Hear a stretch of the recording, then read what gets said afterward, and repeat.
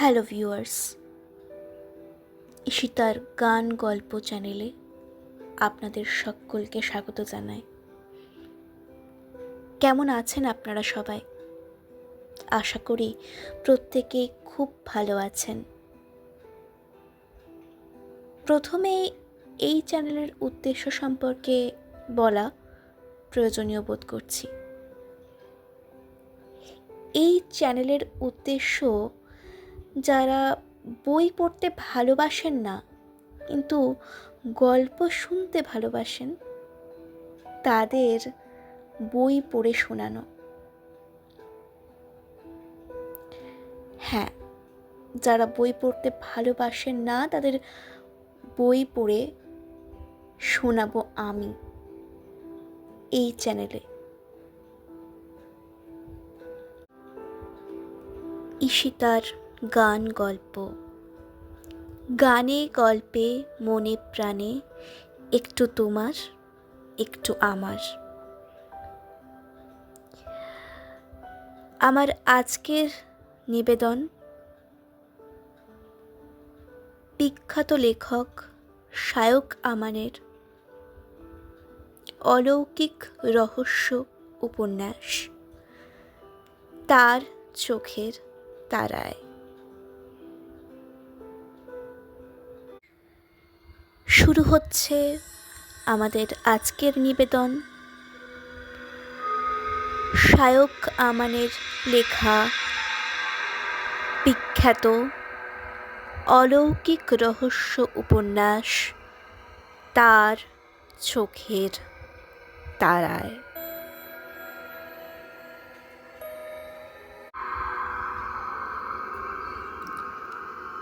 অন্ধকার। ঘরের উপরের কড়িকাঠের কাছাকাছি একটা ফুট দুয়েকের খুপড়ি। এ ঘরে আসা যাওয়ার একমাত্র রাস্তা। আজ বহু বছর একটানা বন্ধ থাকার পরে খুলে গেছে সেটা। সেখান থেকেই লাফিয়ে নিচে নেমে এলো মেয়েটা। তার অন্ধকারে ডুবে থাকা শরীর মেঝের উপরে এসে পড়তেই ফাঁকা ঘরের প্রতিটা কোণায় প্রতিধ্বনি শোনা গেল। ঘরটা যেন মহাবিশ্বের কোনো ফাঁকা প্রাণহীন গ্রহ। হাহাকারের মতো শোনালো প্রতিধ্বনিটা। ঘরের ঠিক মাঝামাঝি হামাগুড়ি দিয়ে এগিয়ে এলো সে। হাত দিয়ে কিছু যেন খোঁজার চেষ্টা করল। দীর্ঘ সুঠাম শরীর তার। দেওয়াল জুড়ে লম্বা লম্বা কালচে দাগ, পুরা আগুনের ছাপ। ভালো করে লক্ষ্য করলে বোঝা যায় আগুনের কালো ছোপের মধ্যে কয়েকটা দীর্ঘ সাদা দাগও লেগে আছে দেওয়ালে। যেন নখ দিয়ে কেউ চেরার চেষ্টা করেছে দেওয়ালটা। কি হয়েছিল এখানে? কিছু একটা খুঁজে নিয়ে হাঁটুর ঠিক সামনে একটা মোমবাতি জ্বালে মেয়েটা। কাঠিটা ছুঁড়ে ফেলে দেয় দূরে। মোমের শিখাটা কিছুক্ষণ থরথর করে কাঁপার পর আস্তে আস্তে শক্তি পায়। সোজা শিখায় জ্বলতে থাকে সেটা। এ ঘরে বাতাস কম, যেটুকু আছে তাও কয়েক দশকের পুরনো। আগুন জ্বালানোর মতন তেজ বহুকাল হলো হারিয়েছে তারা।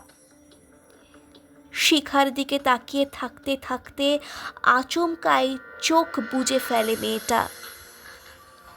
বিড়বিড় করে কিছু একটা বলতে থাকে, একটা মন্ত্র। ভাষাটা চেনা যায় না। নিস্তব্ধ ফাঁকা ঘরের দেওয়ালে দূরের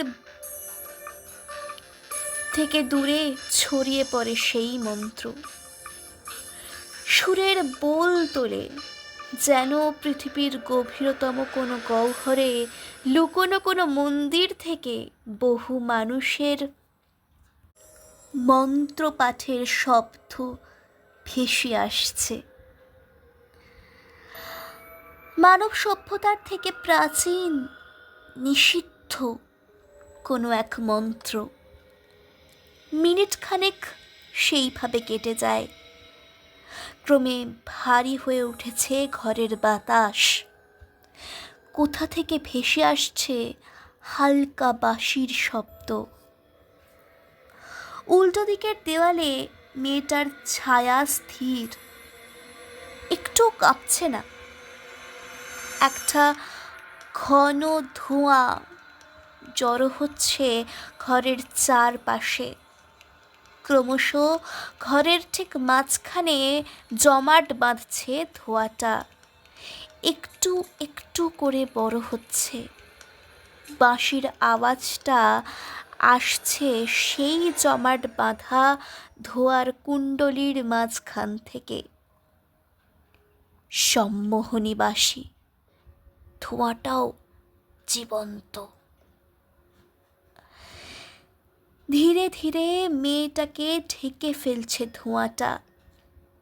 পা বেয়ে উঠে আসছে বুকে, তারপর গলায়, মাথায়। দেবতার শিরস্ত্রাণের মতন মেয়েটার মাথার পিছনে গোল একটা চক্র তৈরি করেছে ধোঁয়াটা। এখন বাঁশির সুর আরও স্পষ্ট। ভালো করে কান পাতলেই বোঝা যায় কি বলতে চাইছে সুরটা। মেয়েটার মুখটুকুনি ছাড়া সমস্তই কুয়াশায় ঢাকা পড়েছে। আরও আরও বেড়ে উঠেছে বাঁশির শব্দ। হঠাৎ চোখ খুলল মেয়েটা, সঙ্গে সঙ্গে নিভে গেল মোমবাতিটা। এবার সেই বাঁশির আওয়াজের সঙ্গেই শোনা যাচ্ছে আর একটা শব্দ।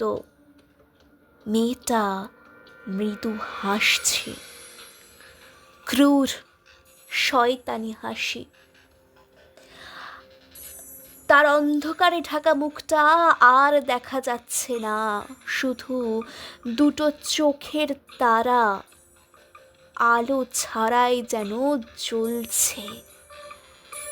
একটা সাদা জ্যোতি বেরিয়ে আসছে সেখান থেকে।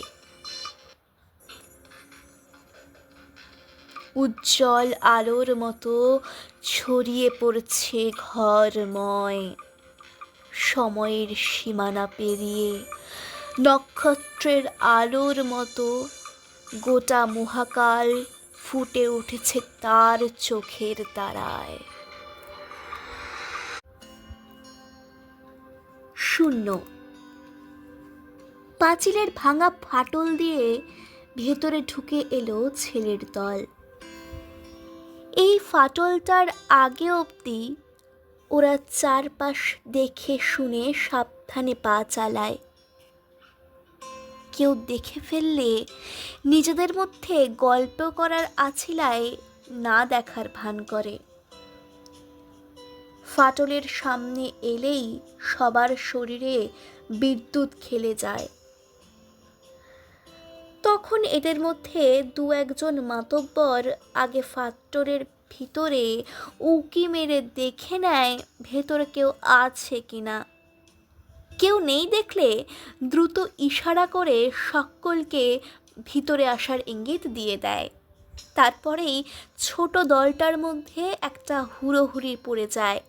যে যাকে পারে ঠেলাঠেলি করে ঢুকে আসে ভেতরে। এদের মধ্যে মাধব নামের ছেলেটা একটু দুর্বল।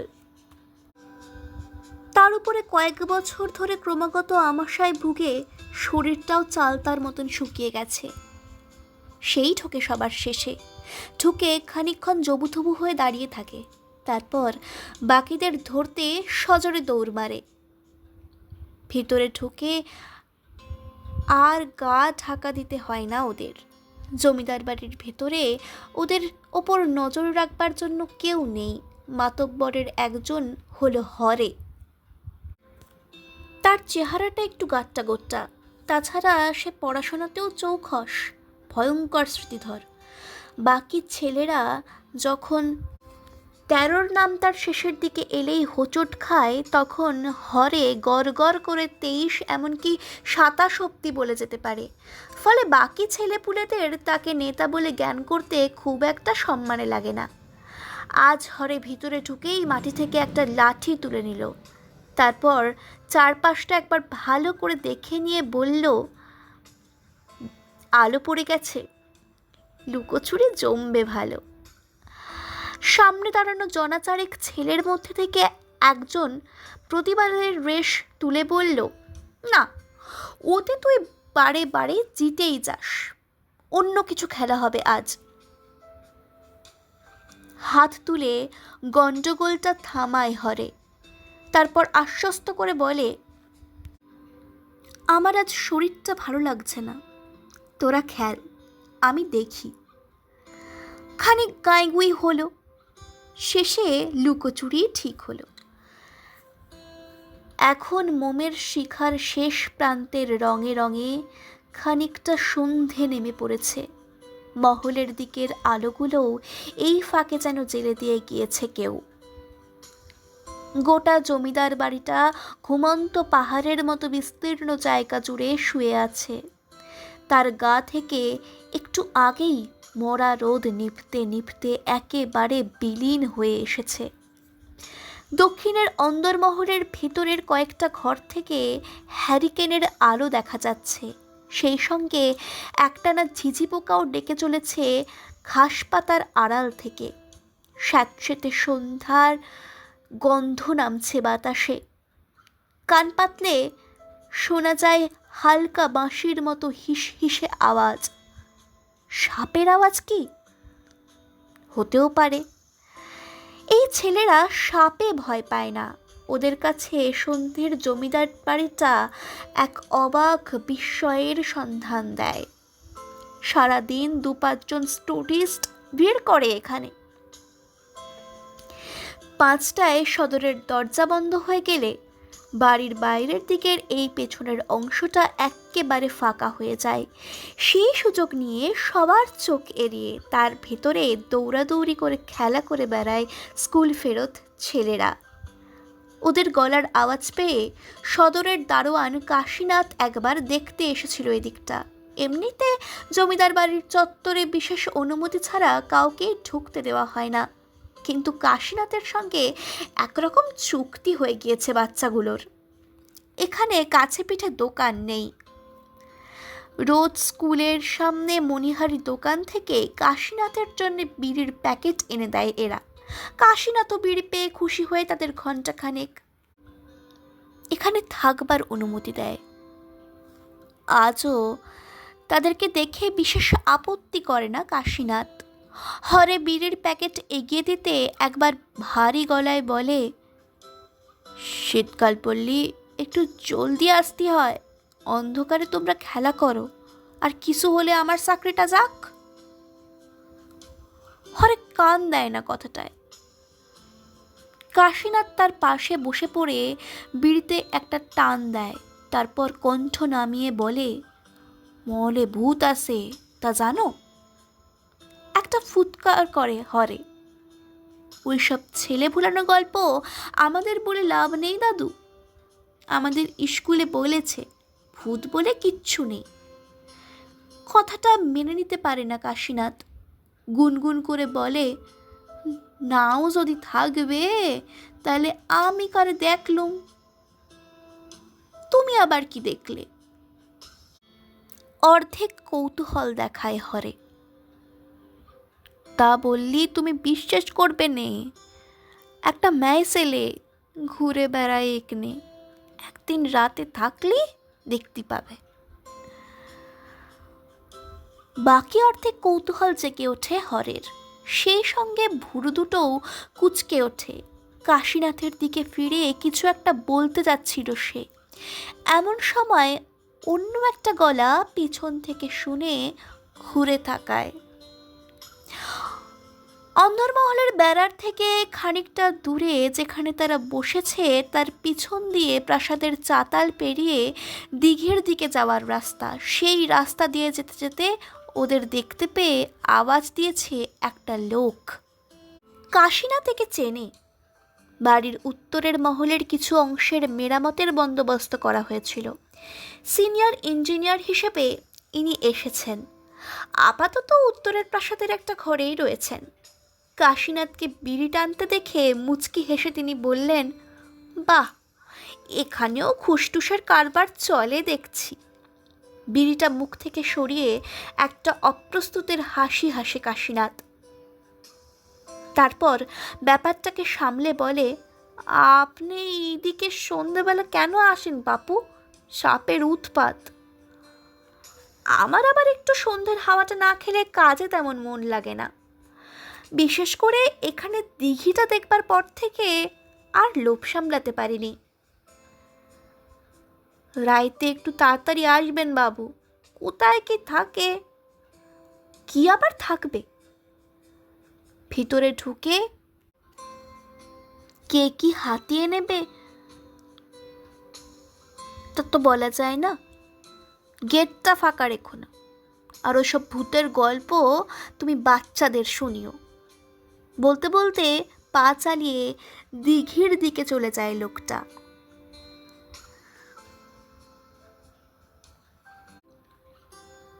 দুবলা মাধবকেই প্রথম চোর করা হয়েছে।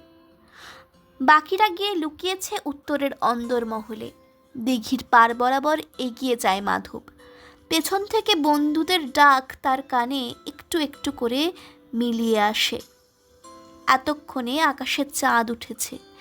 দিঘির জলে ছায়া পড়েছে তার। ওপারের গাছগুলোর মাথা বেয়ে আধার নেমে এসেছে। গাটা ছমছম করে উঠল মাধবের। অবশ্য আর একটু কাছে আসতেই ভয়টা কেটে গেল। দিঘির পাড়েই একটা লোক বসে আছে। দুটো হাত পিছনে ছড়িয়ে দূরের দিকে চেয়ে আছে একটানা। পেছনে পায়ের আওয়াজ পেয়ে একবার তাকালো লোকটা। মাধবকে দেখতে পেয়ে তাকে হাতের ইশারায় কাছে ডাকলো। বাকিদের ভালো জায়গা খুঁজে নিয়ে লুকোতে একটু সময় লাগবে। মাধব খুব একটা আপত্তি না করেই এগিয়ে গেল।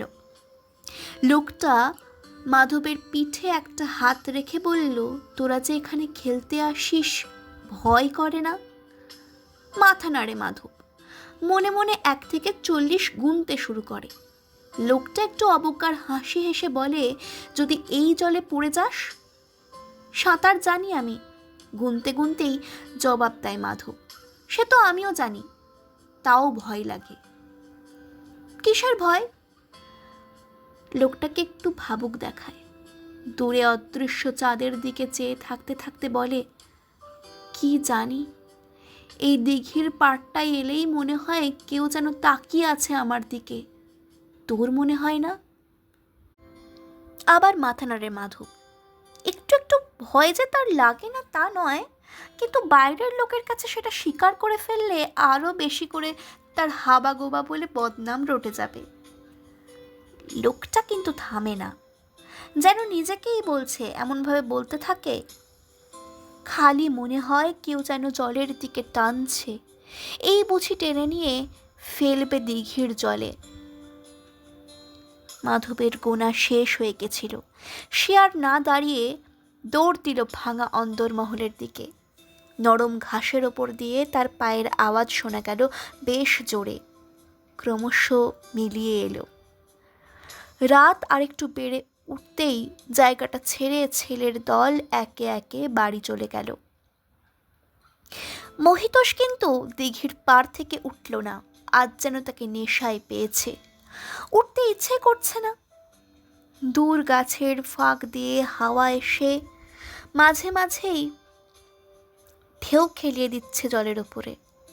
তাছাড়া কি আশ্চর্য শান্ত জলটা, একটা মাছও কি নেই। পিছনে একটা পায়ের আওয়াজ পেয়ে ফিরে তাকালো মহিতোষ। এখন কে আসতে পারে? দারোয়ান কাশীনাথ, নাকি অন্য কেউ?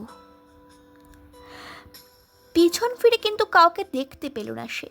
শুধু দমকা হাওয়ার একটা ঝাপটা এসে লাগলো মুখে, চুল উড়িয়ে দিল।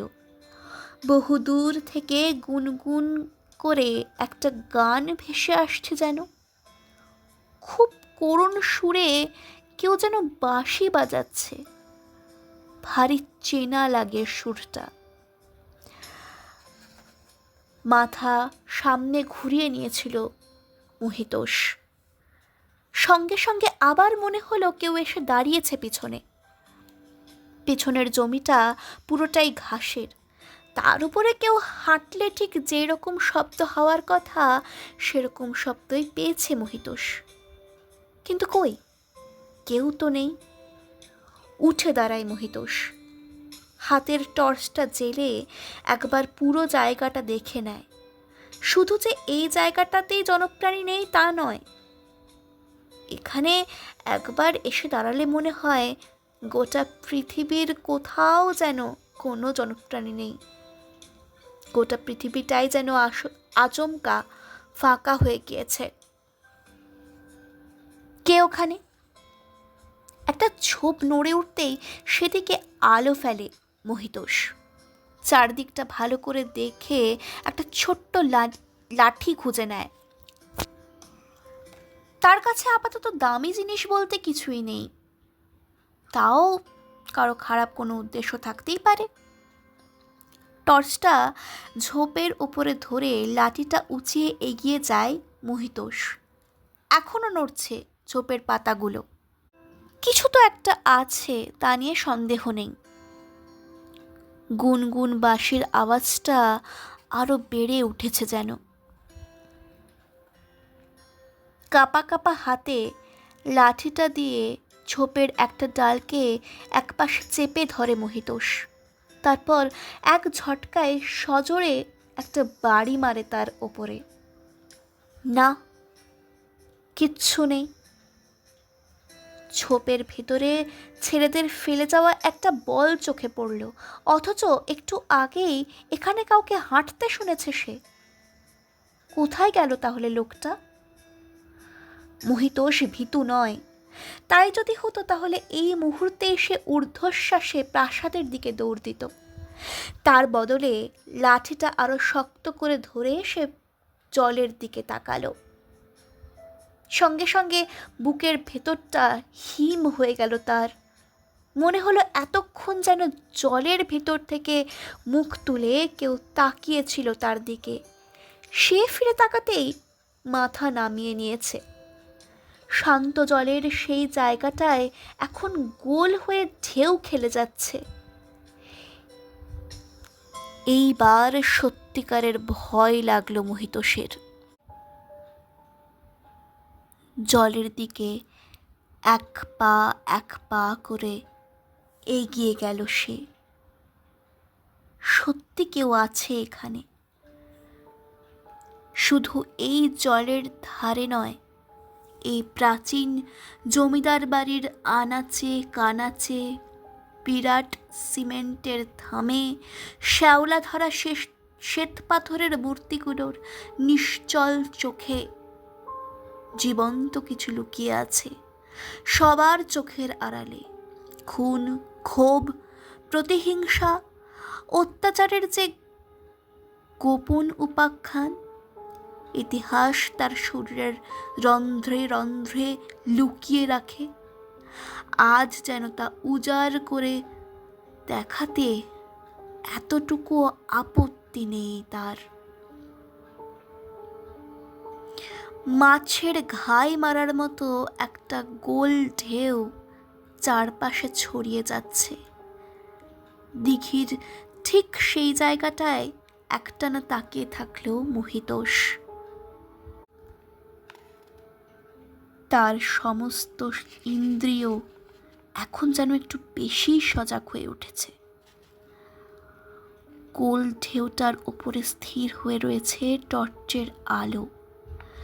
জলের ওপরে ভেসে থাকা কয়েকটা খড়ের টুকরো সদ্য মিলিয়ে যাওয়া স্রোতের ধাক্কায় এখনো ভেসেই চলেছে। জলের ওপর এসে পড়া তারার আলোর দিকে তাকিয়ে একটা ভাবনা এসে চেপে ধরল মহিতোষকে। আজ যে তারাগুলোকে সে জলের ওপরে দেখছে তার বেশিরভাগই মৃত। কোনো এক সময় জীবিত ছিল তারা। পৃথিবী থেকে তাদের দূরত্ব এতই বেশি যে মানুষের চোখে যতদিনে সেই আলো গিয়ে পৌঁছায় ততদিনে তারা আলো শেষ করে মৃত্যুর কোলে ঢলে পড়ে। এই জমিদার বাড়িতে আজ থেকে 150 বছর আগে যারা থাকতো তাদের কেউ আর বেঁচে নেই। তবুও হয়তো তাদের জীবিত সময়ের আলো আজও ইতিহাসের বুক চিরে ঘুরে বেড়ায় এ বাড়ির আনাচে কানাচে। এমন কি কিছু আছে যা সময়ের সঙ্গে সঙ্গে হারিয়ে যায় না? এমন কিছু যা যুগের পর যুগ সময়ের বেড়াজালকে পেরিয়ে হিসেব রেখে যায় সমস্ত ভাঙা গড়ার? উত্তরটা একটু পরেই পেল মহিতোষ।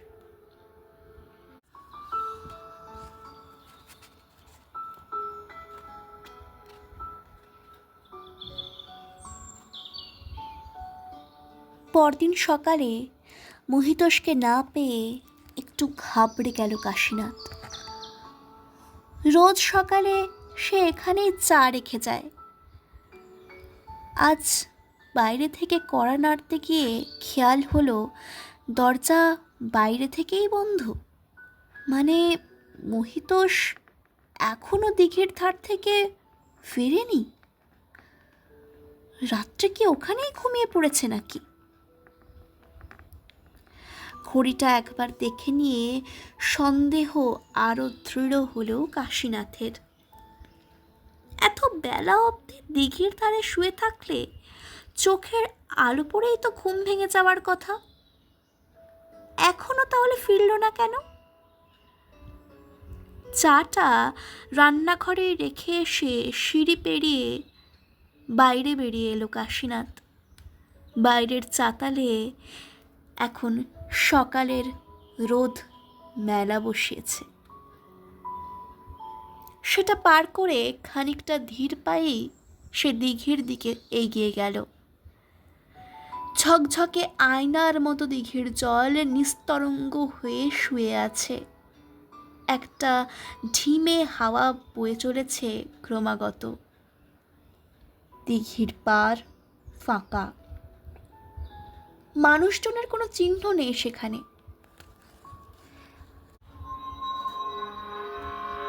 এতক্ষণে মনটা কেমন কুটাক ডেকে উঠল কাশীনাথের। তাহলে কি তিনি বাইরে কোথাও চলে গেছেন? কিন্তু দেউরের দরজা তো এখনো কেউ খোলেনি। দরজা বন্ধ থাকলে একটা লোক যাবে কোথায়? অবশ্য জমিদার বাড়ির নেহাত ছোট নয়। অন্য কোনো মহলে গিয়ে থাকলে না। কাশীনাথ মাথা নাড়ে। মহিতোষ বসুকে সে যতটা চিনেছে তাতে লোকটা সকালে উঠে বাড়ির আনাচে কানাচে ঘুরে বেড়াবার মতো লোক নয়। তাহলে এবার পিছনে তাকিয়ে কিছু লোকজনকে এদিকে আসতে দেখল কাশীনাথ। এরা এই বাড়িরই ভাড়াটে। সকালে দিঘির ধার ধরে হাঁটতে আসেন। এদের মধ্যেও দেখা গেল না মহিতোষ বাবুকে।